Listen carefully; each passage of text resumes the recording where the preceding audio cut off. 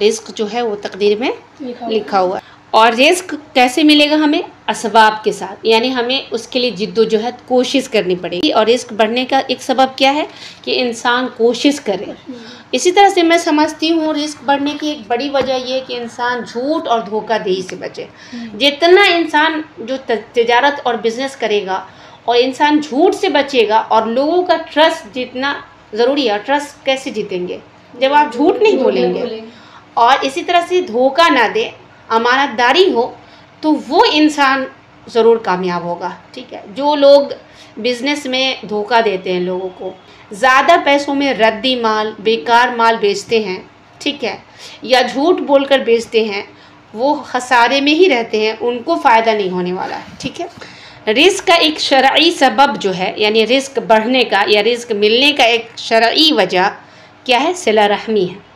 کیا ہے؟ صلہ رحمی ہے۔ بندہ بالخصوص خاص طور سے اپنے والدین اور رشتہ داروں کے ساتھ حسن سلوک کا معاملہ اگر رکھے تو رزق میں بڑھنے کی ایک بڑی وجہ ہے۔ نبی صلی اللہ علیہ وسلم نے فرمایا ہے، یہ روایت جو ہے صحیح بخاری حدیث نمبر 1961 اور صحیح مسلم حدیث نمبر 2557 کی ہے۔ ٹھیک ہے، بخاری اور مسلم کی حدیث ہے۔ جو شخص یہ پسند کرتا ہے کہ اس کا رزق وسیع ہو، اس کا رزق زیادہ ہو، اس کو یاد رکھا جائے، تو اسے چاہیے کہ اپنے قرابت داروں کے ساتھ صلہ رحمی کرتا رہے۔ تو رشتہ داروں کے ساتھ صلہ رحمی کرنا جو ہے، سمجھ میں آ رہی بات؟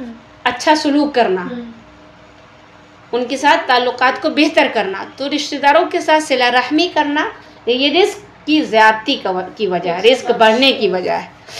اور ایک اہم سبب اللہ تبارک و تعالیٰ کا تقوی اختیار کرنا ہے، ڈرنا۔ اللہ تبارک و تعالیٰ سے جتنا آپ ڈرتے ہیں اور اللہ تبارک و تعالیٰ کو یاد رکھتے ہیں ہر برائی کرنے سے پہلے، جب بھی آپ برائی کو اختیار کریں، یہ دھیان میں رکھیں کہ ایک رب ہے جس نے آپ کو پیدا کیا، وہ ذات آپ اس کی نگرانی میں ہے، وہ آپ کو دیکھ رہا ہے۔ اللہ تبارک و تعالیٰ سے تقوی اختیار کرنا یہ رزق میں بڑھنے کی اور رزق کی زیادتی کی بڑی وجہ ہے۔ اللہ تبارک و تعالیٰ کا فرمان ہے سورہ طلاق کے اندر، آیت نمبر 23 ہے، وَمَن يَتَّقِ اللَّهَ يَجْعَل لَّهُ مَخْرَجًا وَيَرْزُقْهُ مِنْ حَيْثُ لَا يَحْتَسِبُ۔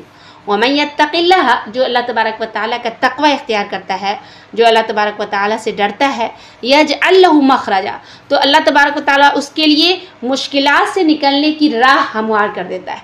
یعنی تقوی اختیار کرنا صرف رزق کی زیادتی کی وجہ نہیں ہے۔